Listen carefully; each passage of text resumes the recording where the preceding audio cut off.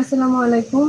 আমি অন্বেষা ইসলাম অর্পা। আমি বর্তমানে রাজশাহী কলেজের সোসিওলজি ডিপার্টমেন্টে প্রথম বর্ষে পড়াশোনা করছি।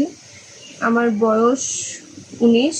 আমার স্থানীয় ঠিকানা গ্রাম সিংড়া, মহল্লা হাটসিংড়া, থানা সিংড়া, জেলা নাটোর।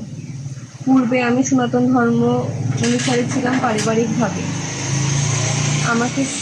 আমার পূর্ব নাম ছিল অন্বেষা সাহা। বর্তমানে আমি ইসলামের প্রতি বিশ্বাস রেখে আমি আমার ধর্ম পরিবর্তন করেছি বাংলাদেশ সংবিধান আইন অনুযায়ী গত মাসের 8 জুন রাজশাহী বিভাগীয় কোর্টে ইসলাম ধর্ম গ্রহণ করেছি। এখন আমি বিবাহিত।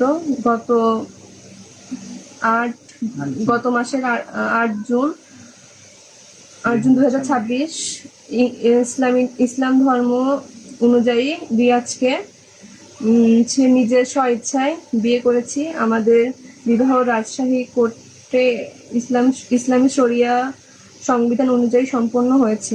আমাদের প্রেমের সম্পর্ক ছিল দীর্ঘ 3 বছর। সম্পর্ক করার পরে আমি ইসলামকে সাক্ষী রেখে রিয়াজকে বিবাহ করেছি। এখানে কেউ আমাকে জোর জবরদস্তি বা অপহরণ করেনি।